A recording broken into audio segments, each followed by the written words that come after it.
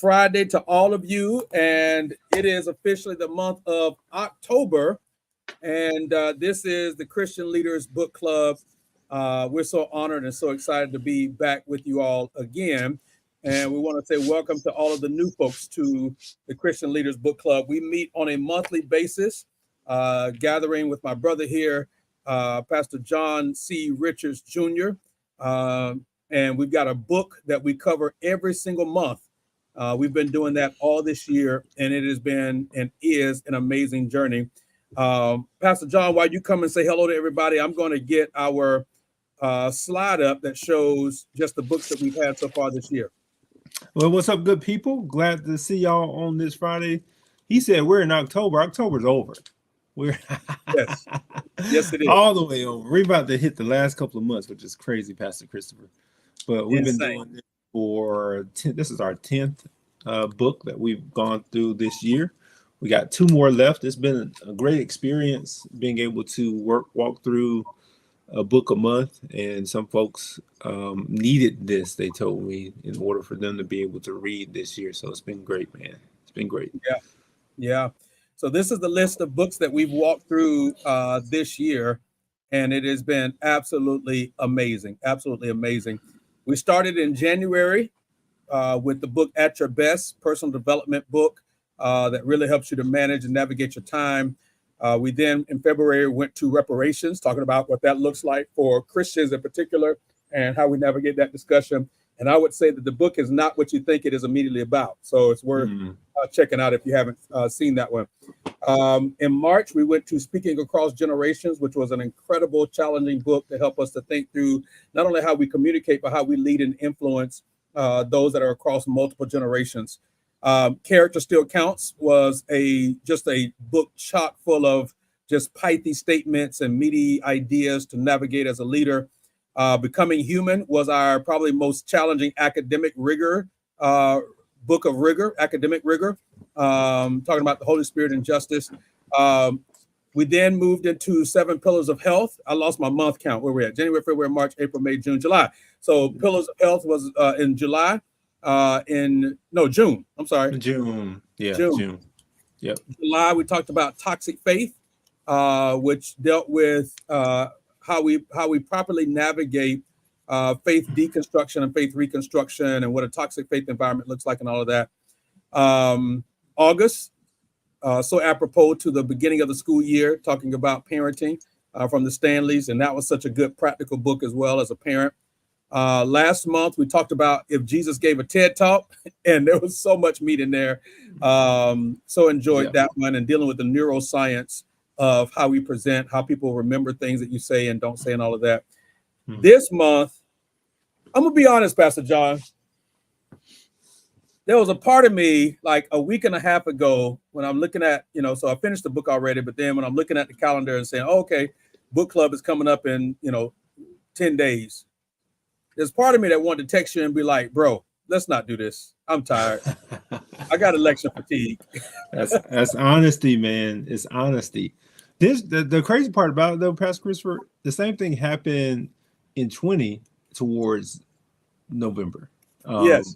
Just fatigue of the messaging, of the social media posts. Folks is like, we just want this to be over. And we are again in 2024, which may say, Pastor Christopher, that even though we are civically engaged, love civic engagement, man, there's something flawed about our current system that just leads to fatigue for people.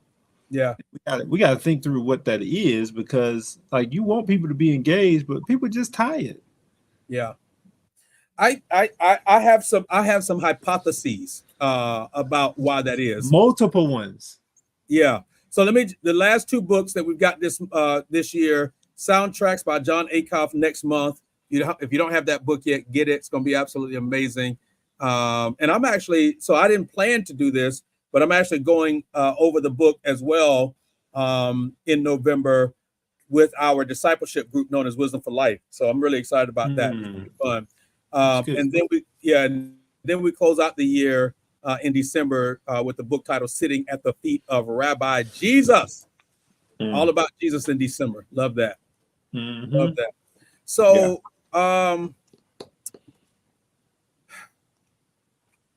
one thing I think is we do not have an off switch very often to the news. Hmm. Like we're constantly barraged. There's a constant barrage of the 24-hour news cycle, and that includes phone alerts either from media apps or from social media of breaking news. Everything is breaking news. Hmm. And I think Hmm. that weighs on you emotionally. I think it weighs on. I was doing some reading a couple days ago about adrenal gland fatigue syndrome. Have you ever heard of that? No, I haven't. What's that? It is your adrenal glands are responsible for helping to regulate blood pressure, how much sugar is in your blood, regulating heart rate. Your adrenal glands are the glands that release things like dopamine and creatine and all those things in your body, all of that stuff. So when your body has prolonged exposure to stress, where you Hmm. don't decompress, your adrenal glands get fatigued and you end up having all of these other issues in your body. So like you're tired more often, you're more fatigued, you have like foggy brain syndrome, you get dizzy, you have Yeah. headaches, your heart is pumping faster. Um, um, you have sugar cravings, so you eat more sweets and things like that. So all of the things that people come to us for prayer with, in some ways we may not even realize that the root cause of that may be that they're not decompressing from the stress, that Hmm. there's an over extenuating reality that they're under stress, so fight or flight, et cetera, et cetera. That's what it is. Hmm. So yeah, so I thought that was interesting, right? And I think that I think the fatigue, election fatigue that we have is because we're constantly exposed, if we're not careful, to that news. Hmm. Man, so the question becomes, what do you do? We Pull got back. two. You We gotta got pull 2 back. weeks. We got 2 weeks. Wait, you telling people to pull back when this is one of the most consequential elections in human history? You want us to pull back? Go vote and pull back. Vote first and Vote then pull first back. and then pull back. You ain't got to watch the news all day, every day. You ain't got to sleep with the news on while you sleep. You ain't got to turn them alerts off on that phone. Right. Listen, none of them polls gonna matter. The only thing's gonna matter is the votes that are counted. So just wait until November 5th and you'll know the answer. You don't have to go look at no polls, none of that stuff. Because it's just gonna continue to weigh on folks if they continue to just sit in it. Or at least be exposed to it. Because sometimes people are inconsequentially, like inadvertently exposed to it. It's like I wasn't really trying to get in politics, but then doggone it, somebody that posted something that made me upset on Yep. social media, right? That's the other thing, right? That's the other thing because the election and both policy and principle issues are so polarized. It's pulling on everybody's emotions all the time, and people are not figuring out that you can disagree with somebody and just keep on strolling. Right. I said strolling or scrolling. My bad. Keep scrolling, keep scrolling. Yep. The so there have been moments in our history where there has been healthy disagreement, Yes. but the past decade or so that has kind of shifted a ton, where that disagreement now becomes unhealthy, which has fractured families, fractured relationships, friendships. Folks that you thought your friends were your friends, now you're just trying to question if they even love Jesus. And so, so this whole process, man, has really been disorienting for folks Yeah. Yeah. because it hasn't something been something that we've seen in political history. People have had their qualms in the past, but it's always been like, okay, election's over, we're back to regular, back to normal, regularly scheduled programming, right? It Yep. feels like we're always in this special edition conversation around what's happening in politics, and hasn't always been like that, Pastor Christopher. Like people already know that by and large on November 4th and 5th you're going to be glued, you're going to be locked in. So why not give yourself a 13-day break? Mm-hmm. Pull back from the news, the alerts, the notifications, all of that, and vote and then breathe. That'd be my Yeah, recommendation. yeah, I think so too. I think other people have been frustrated by this, and this is probably the impetus for the book that we're discussing this month. Yeah. I would say, knowing Justin, knowing Chris, and the folks who wrote the book, Compassion and Conviction, written by Justin Gibney, Christopher Butler, and Michael Ware, they were frustrated with what we're articulating here, kind of divisiveness in politics. How can Christians walk out their conviction but also live with compassion? Yeah. So book kind of walks through dichotomous existence in politics in several areas that we probably won't be able to get to, but I think it's worth having a conversation about it, even though we both tired of politics. No, I think you're right. And Justin posted something. Justin Gibney, one of the co-authors to this book, posted something the other day, and I'm just leaving this up for just a second for people to see. We're not just jumping into the election debate randomly. Like, again, these are the books that we laid out for the whole year. So dealing with compassion and conviction, the AND Campaign's Guide to Faithful Civic Engagement was on the list for this month. And so that's the reality of where we are and the timing of it. And I do think, let me just say this outside of the book for just a minute, Pastor John, that I think is something that I've been thinking about deeply lately. There's a lot of people that have gotten cynical about the church and the engagement of the church in the political and civic discourse space. I think that we have to consider, we being the church, black, right, conservative, liberal, all of that, moderate, all of that. We have to consider what will be our witness after November 5th. And as a part of that contemplation, during the last few messages and discourses of Jesus's life, he prioritized the idea of Christian unity. Correct. So have we given up on the idea of Christian unity for the sake of our politics and political ideas? I think that's dangerous. Here's what Justin says, and I'll throw it over to you. He says, Christians on the right and left are trying to portray their candidate as God's nominee. They're using the faith to manipulate others for partisan ends. Make a case for why your candidate is better, but let's not become false prophets for political purposes. Let me ask you this. I don't want to get nobody in trouble. But if you're voting for a candidate in November, obviously you're going to be voting.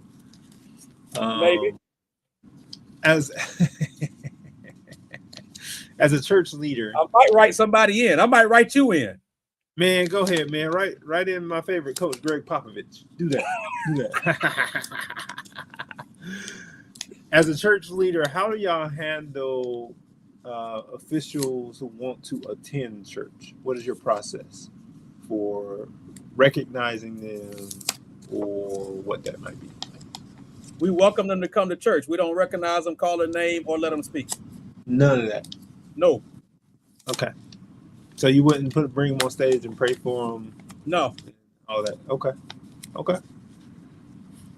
I'm just curious. Let's flip that question. Talk to me. Huh? What do y'all do? So at our church, we actually, during our welcome for visitors, we will say we have a candidate for such and such role, local office, and that's it. We'll just say person's here, and then we remind them the importance of civic engagement. Nothing more. If they wave their hand, they wave their hand. If not, don't care. So no stage time, no mic time, none of that stuff. We ain't doing all that. We ain't doing. I don't care who you are. Let me say this too. To your question, let me say this. Let me say this. One, I have found that when folks find out that we're not going to give them a chance to speak, or we may not call their name, they generally get busy or find another church to attend. They don't attend. Yeah. That's the first thing I'm going to say. Yep. Secondly, which is very different than your context, because you're in a predominantly Black church. That's very clear. Yep. I am not. I am in a multi-ethnic, multi-class, multi-generational church. People don't know what we are. They don't know how to peg us. They don't know how to box us in.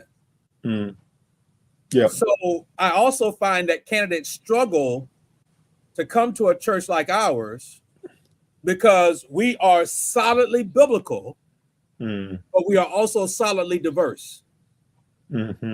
We are a multi-political congregation.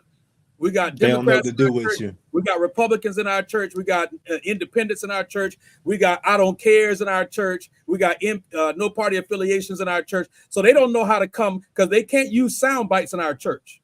Right? Yeah. So even if we did allow people to come and speak, they would struggle. They wouldn't know what to say. Because right. You got their base isn't there. Yes, sir. You got to make some sense if you're gonna come up through here. And so when they start doing their research and checking us out and all that kind of good stuff, they generally find somewhere else that they want to go and fellowship with or worship with. Oh, that's funny, man. That's hilarious. Yeah, I just wanted to ask that question before we dove into the book, because I know that many churches handle it differently, and I've seen a couple of larger churches recently actually platform some folks. And it's been really interesting seeing which I think is a mistake. I think it's a mistake. For sure. Absolutely. Yeah. Here's why I think it's a mistake. One of the reasons. There's a couple of reasons why I think it's a mistake, but one of the reasons why I think it's a mistake for any church to platform an elected official is because you have the possibility of alienating at least 40 to 50% of your congregation. Of your people. Absolutely. Absolutely. Yep. You are making a judgment call that you know exactly where your people fit or what their leaning is just based on their exterior, right? So if this is a predominantly white church, I'm going to assume all of y'all are in here Republican, or if it's a Black church, I'm going to assume all of y'all are in here are Democrat, and that is such a wrong assumption. Wow, such a wrong assumption. Yep. Can I prophesy for a moment? Go ahead, prophesy. Prophet Christopher. I hope that both parties die. Oh. Just die? The party that dies. And then what happens after that? We start from the ashes. With? Something new. Not defined yet. Just something new. Something brand new.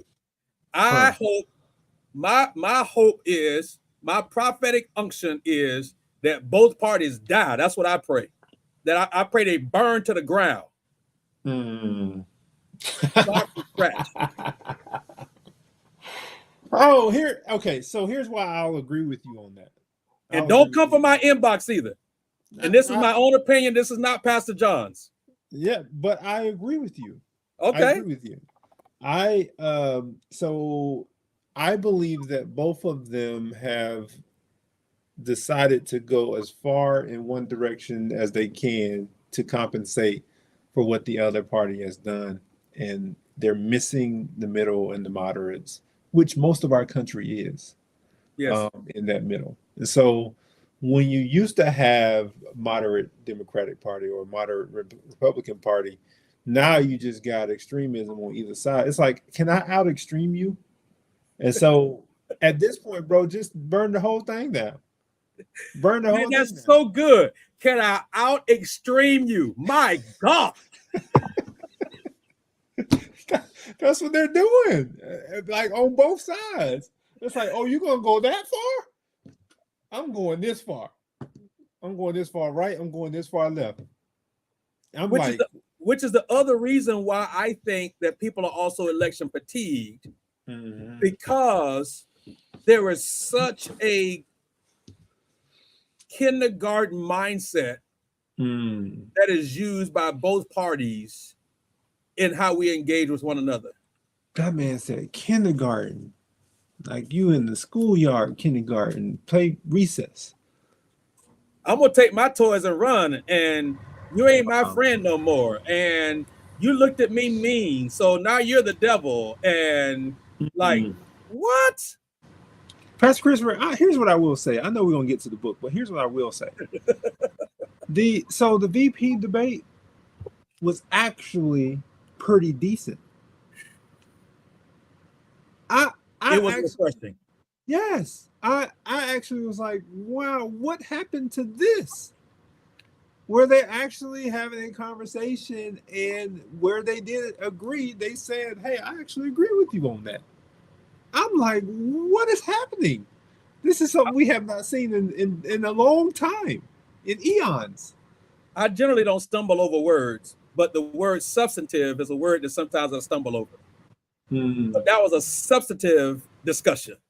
That absolutely was. Like you actually learned things during that debate rather Yes. than the mudslinging that has happened. So it's like, man, you can't be lying with pigs because you're gonna get mud on them.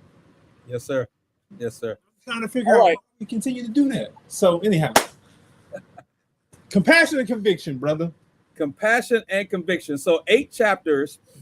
Let's do this, Pastor John, as we jump into the book, because I think an umbrella framework for the book will help people understand how the book is navigating this. Because the key word in the book, the Mm. key word from the authors is the word and, Yeah. Yeah. right? And so, just very quickly, Pastor John, because I know you've served on the board as well with and campaign, right?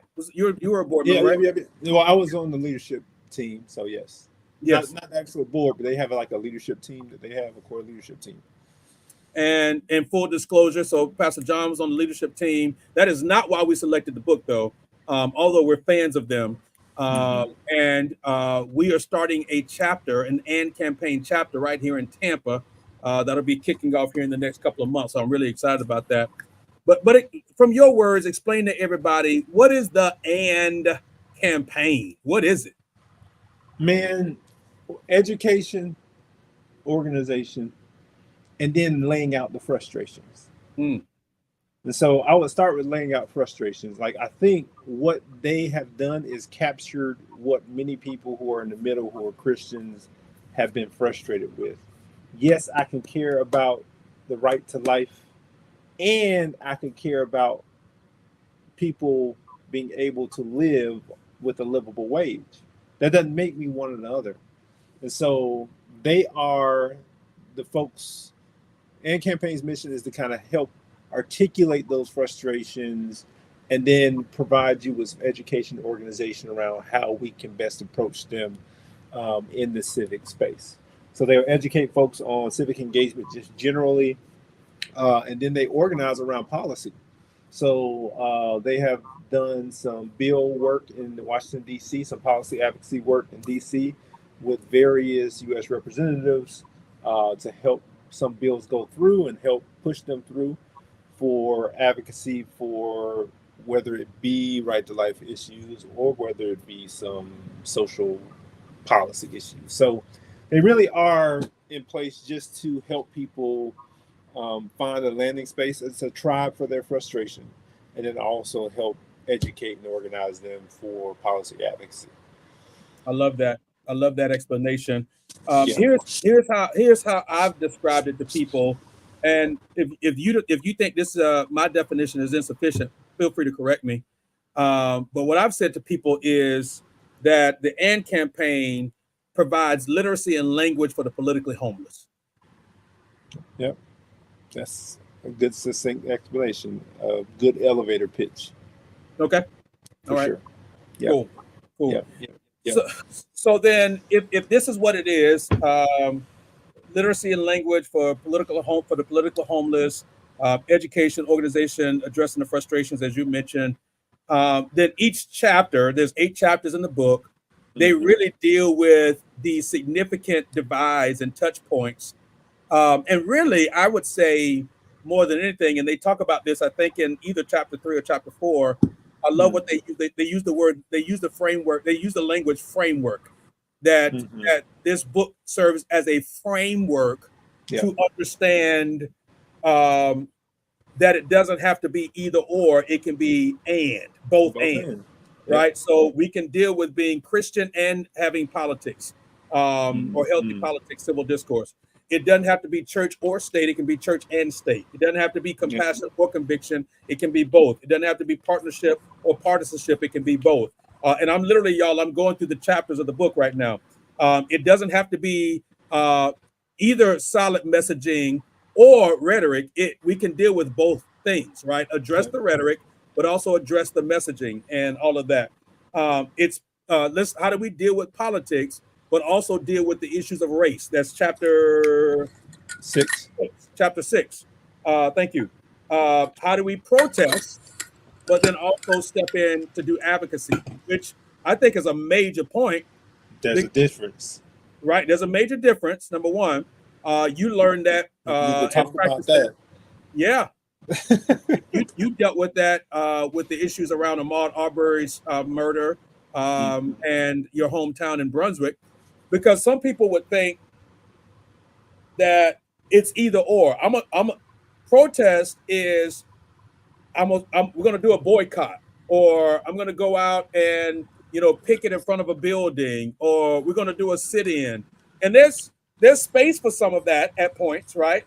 But if you do that at the expense of not moving it towards advocacy, being able to have some intelligent discussion that moves policy forward. So in essence, we needed King and Thurgood. Yep. You need firefighters and fire prevention methods. Woo! Woo! Woo! Woo! So good.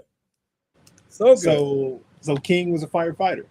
Yeah. Fire prevention is a policy advocacy. Yeah. We're really good at fighting fires. Yeah. Because people get hot about that and it's urgent. But the policy advocacy, man, that takes time and effort. So yeah, I'm big on making that distinction and making sure we're doing both, man, because you need both. You absolutely need both. Which I mean, so we've been pretty transparent on these monthly calls about who we are, how we think. We've been putting ourselves out there. You're a preacher, you're a theologian, but you're also an attorney. Which one would you say you lean more towards? Do you lean more towards the advocacy than the firefighting? Or do you lean more towards the yes? I'm a planner. So I'm a planner, and I also see ahead. Like I see in the moment, I'm able to see in the moment, I'm able to advocate in the moment or protest in the moment, whatever you want to call it. But then I also see 7 steps ahead when it comes to policy and policy advocacy. And I'm like, this would have never happened had 1, 2, 3, 4, 5, 6, 7 been in place. So for example, after what happened to Ahmaud, we said, all right, we got a police chief issue. We got a Glenn County police policy issue. We got a Confederate monument downtown that's fueling this white supremacy.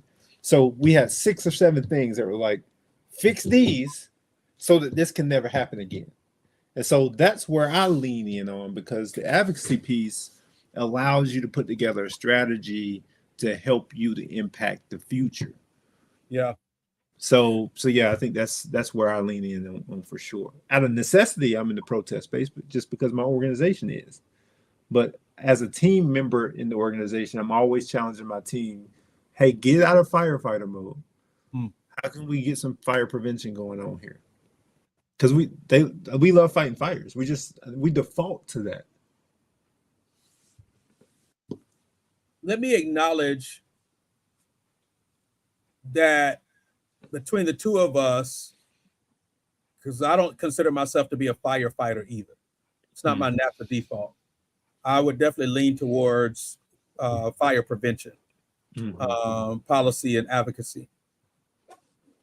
My guess is if there's somebody else on this call that's talking with us right now and they are heavy in the firefighting mode, they're going to have a whole nother level of passion and maybe even some contempt about whether or not we're too passive, Yeah.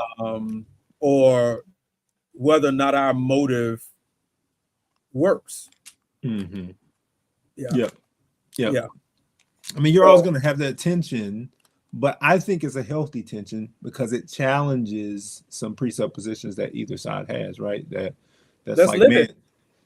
yeah, yeah. So needing that challenge, that's why you got to have good balance, man, around you and on your teams. Like Yeah. King had that in Abernathy and others, right? Yeah. So like folks were challenging him to say, hey, we're going to do this bus boycott, but it's going to be 373 days. Yeah. It's going to be Yeah. over a year long. Yeah. Right. Yeah. So yeah. And then the last chapter is chapter 8, which deals with civility and political culture. Mhm. And so we just acknowledged it, right? Like the point of the end campaign is essentially the push to tell Christians and to suggest to Christians it's okay. It is actually Mhm. probably healthy to live in the tension of what you're feeling. Yeah. That by and large, if I believe, now some people would disagree with this, and there's space for that, that if you're doing your Christianity right, you really don't squarely subscribe to or feel comfortable with embracing or endorsing either candidate full-throated. Mhm. And if you are doing that, you are probably turning a blind eye to the elements that don't line up with kingdom principles. Yeah. Which, let me Yeah. tip my hand and say this, and then I'm gonna throw it to you, Pastor John. I am paused. I press pause when I hear people say, without reservation, this election ought to only be about policy. Mhm. Mhm. Because if you only have a focus on policy, what about the principles and the person? That's right. That's right. Principles, that is the way that we live our lives, the fundamentals of our faith, as well as the person themselves, also matters just as much as the policies and the platforms. Mhm. I didn't Yeah. plan on that being alliteration with all the P's, but here we are. The Baptist And preacher coming out. I strongly believe that all leadership is moral and ethical. So you cannot, if you're a leader, you cannot separate morality and ethics from leadership. So this whole idea of just focus on the policies. No, there's a person behind them that you really get conversations about. And that's anybody, any party. I don't care if you're elephant or a donkey. One other don't matter to me. That's something that you really need to explore on either side of the equation. The real tension is that we don't want there to be a tension. That's the real tension. Mm-hmm. We want it to be much easier. That there's a candidate that fully represents us. Or a party. Here's Huh? the crazy part. I said, or a party. Here's what I tell folks all the time. Yes, like, sir. What needs to happen, ideally, what needs to happen is if you really are going issue by issue and trying to figure out how someone approaches it from a kingdom of God perspective, your ballot shouldn't look like a straight line. It should look like a tic-tac-toe box. But now, what do? That's too easy. That's the easy part. I'm done in 3 seconds. You just are trusting a party that has now gone this way and that way with your Christian convictions without actually doing the hard work of trying to understand how their policies line up with what the kingdom of God says. Yeah. I the last general election that we had took me 13 minutes to vote. Mm-hmm.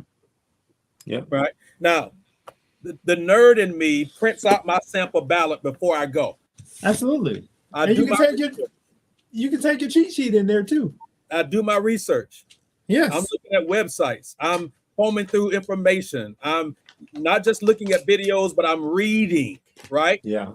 So when I get out of the booth, one of the election workers says, Wow, I don't think we've had anybody take that long to vote. Well, that's the problem. So literally, bro, literally, you just took the words out of my mouth. I said, and that's why we are where we are. That's the problem, man. Stewardship isn't just financial and civic too. Like, we don't think we have to steward our civic responsibilities, but we do. Yes, sir. Like that is part of stewardship, and I don't think we steward it well just because we listen to the packages that people give us. Yes, sir. And we believe that they have the best interest of Christians and the kingdom of God in mind. No, not at all. Yeah. So let's get into a couple things in the book, and let's help people understand just some of the major principles here of the book. So let's start in chapter 1, Christians and politics. So what are some things that stood out to you there that you thought was really good? So when people will be like, "Oh yeah, man, I ain't voting, man. Ain't got nothing to do with me. I'm good to go." I think they really challenged that in the book by saying, "Man, let's basically doing nothing is going to hurt. Like our participation in the process, they say, or lack thereof, and the principles that we employ greatly affect our neighbor." So they go to the greatest commandment, right? We're good at loving God, but not so good at loving neighbor. Yeah. And so they're saying that part of loving your neighbor is actually participating in the political process. And that's not just a Christian thing, that's a biblical thing. And they give out a lot of biblical examples of that. The book actually lifts up and says that your opportunity to engage in the political process, to promote justice, to promote righteousness, to help your neighbor, they say is the foundation of God's throne. Psalms 89 and 14. When I saw that, I said, "Ooh, hit him with the Bible." Hit him with the Bible. The Bible. Yeah. Our civic participation will not glorify God if it's placed above worship, evangelism, or Christian fellowship. And then on top of that, they say, when in conflict, we should demonstrate that our public witness is more important than winning a political battle. Let's talk about that. That means if our side has something, it says, when in conflict, we should demonstrate that our public witness is more important than winning a political battle. That means if our side has to do something unloving or corrupt to win, it's better for us to lose in that situation. Yeah. I said, man. What page number is that on? 17 in the Kindle edition. 17. I got it.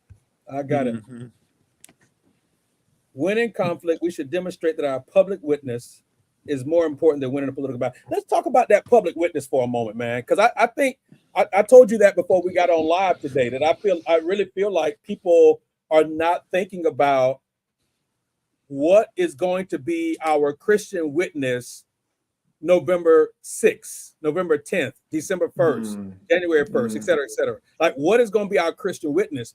Because if you are so committed to sharing your opinion publicly, to demonizing the other, whatever that other is, to pigeonholing and boxing in others, then have you alienated the opportunity for relationship? Have you alienated the opportunity for kingdom collaboration and partnership? Yeah. Have you become a tool of the enemy that has now caused you to see someone who is made in the image of God as someone who is actually, in your opinion, an enemy? That's right. That's right. Like, that's the bottom line. Like, the folks that you disagree with and then the folks that you despise are still made in the Imago Dei, are still made in God's image. So your public witness to those persons has to supplant you winning politically. Because here's the thing. I'm going to say this, Pastor Christopher, and I hope people understand my heart. I don't care who wins the national election. I care more about my city commissioners. I care more about who's on the school board. I care more about all the dots that for people ignore so they can scroll in the top dot. Because to be honest with you, the the president has less to do with your daily life than the folks who are on that local and state level. Yeah. And so when I say I don't care, I care, but not as much. You know, when Jesus says you got to hate your family members, he didn't mean to hate them. Just in comparison to loving him, it looks like hate. So I don't care. In comparison to the state and local elections, it looks like I don't care. I'm going to vote in the national election, but state and local, definitely much more important. Yeah. And people don't pay attention to those. No, everybody's capping for this national one. And that's what people get arguments about. I can ask these people, their mayor, their city commissioner, the school board members, they don't know nary person until a fire happens. And then that's when they want to show it. See, going back to firefighting. I mean, I love firefighters, but until a fire happens, that's when people start showing up at school board meetings. No. Keep that same energy that you have. I saw somebody post and said that the average mayor in America can walk into a bar and most people wouldn't recognize him. Won't know him. That's Isn't that crazy? That's so unfortunate, man. So when you think about this discussion from the lens of evangelism, which is what all of us ought to be committed to, right? Living our lives above reproach, living our lives in a way that doesn't disparage the kingdom of God, the messaging of God, the validity that being invited into our life brings a difference. I think any pastor, black or white, Republican or Democrat, that only highlights the preferences of their candidate while ignoring the challenges of the other or even of their own candidate, it shoots holes in our credibility as critical thinkers. For sure. And borderlines on idolatry. Just calling it what it is. If I were hypothetically, if I were red and all I'm doing is talking about Trump, but I ignore his vices and his challenges to then disparage the blue, to those that are watching my witness, I lose credibility. Vice versa. If I lift up the blue and I'm talking about how amazing the blue is, and I'm ignoring the vices and ignoring the challenges while at the same time demeaning and bemoaning the red, then I'm losing credibility. And go ahead. No, go ahead. And they talk about that in the book, civic literacy being sir. important. Like, you got to know if you're advocating for this person, and you just illiterate civically, that's a huge issue. Absolutely. Because ultimately, you're gonna lose capital when you loud and you don't really understand, and you're wrong. You don't understand the process. They say absolutely. And so, even from the perspective of understanding history, right, that there are some significant history lessons that impact our modern day politics. And I know that this is, I mean, we're on a book club right now, so it feels weird to maybe recommend some other books. More books. Yeah, more books. But there's some other books that I think are important for people to read and to think about. There's a gentleman by the name of Randall Balmer, 2 L's on his first name. He's a historian, Christian historian. And man, he has written some amazing books that really helps to give us a glimpse of politically, how did we get where we are? Bad Faith, one of them. Yes. I read that one, was really good.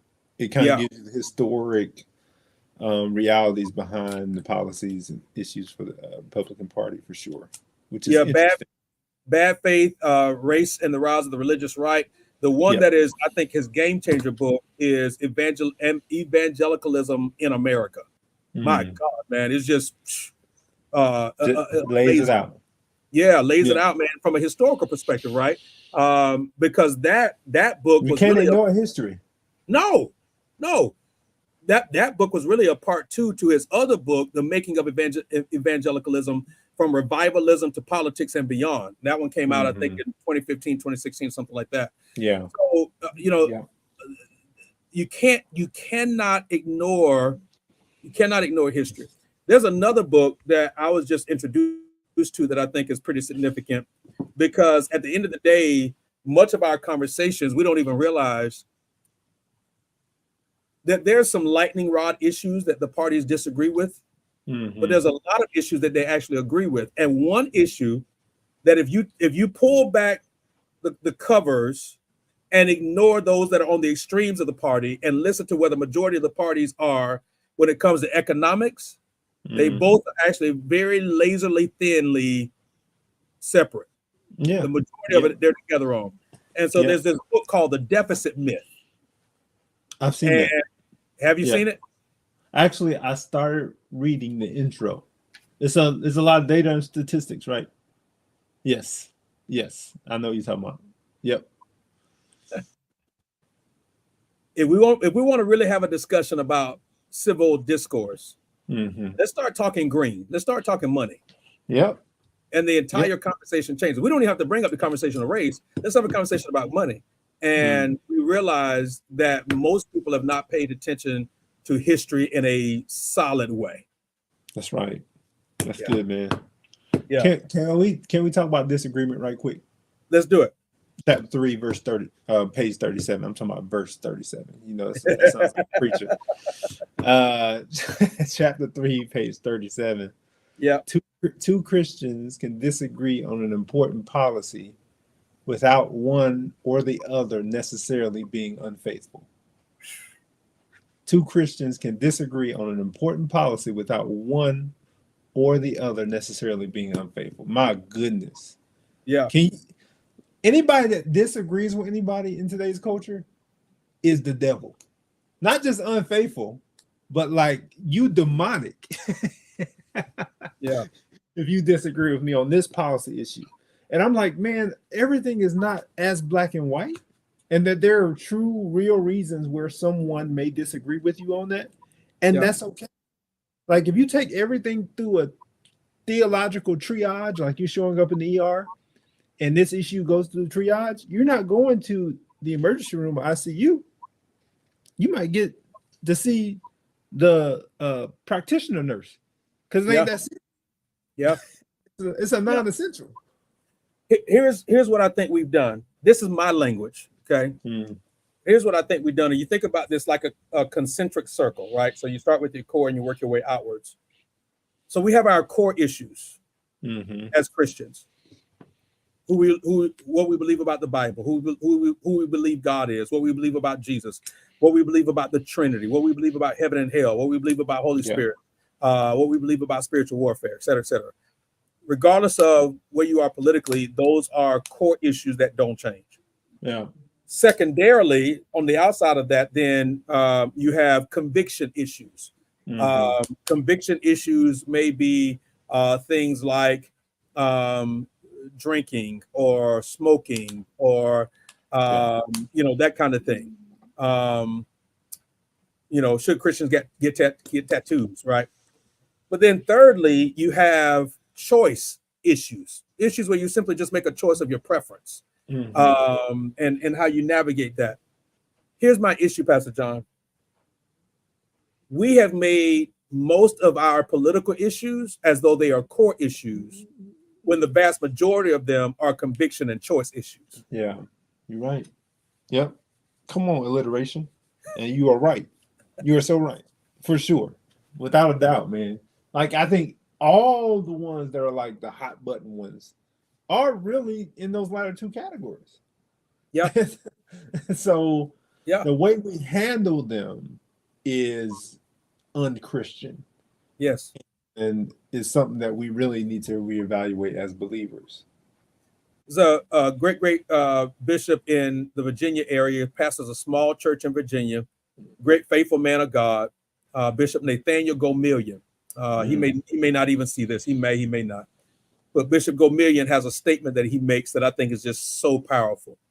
And he says we have to answer for our influence. And I think every Christian is going to have to answer for our influence when it comes to how we've influenced people, not about our politics, because when you think about it, nobody, in my estimation, has shifted their perspective politically because a person argued a point on social media? Nobody. In the history of social media, the answer is nobody. Nobody. So But why waste the time and energy doing that? yeah, yeah. So I think though that we're going to have to answer for the influence as it relates to how we've made people see Christian and see Mm, mm, during the election cycles. I think we're going to have to yeah, answer. yeah. No, that's good. Yep. On that same page that you just read, I'm gonna highlight this, and then I think it'd be great for us to just kind of run through the 10 disciplines really fast. Right. Yeah. On the same page that you just read, on page 36 of the book, chapter 3, they say, as Christians, we must be deliberate about making sure our positions have biblical roots. I'm getting tongue tied today. Biblical roots rather than being controlled by our political party or ideological tribe. Mm, biblical roots. Some people that have been uprooted.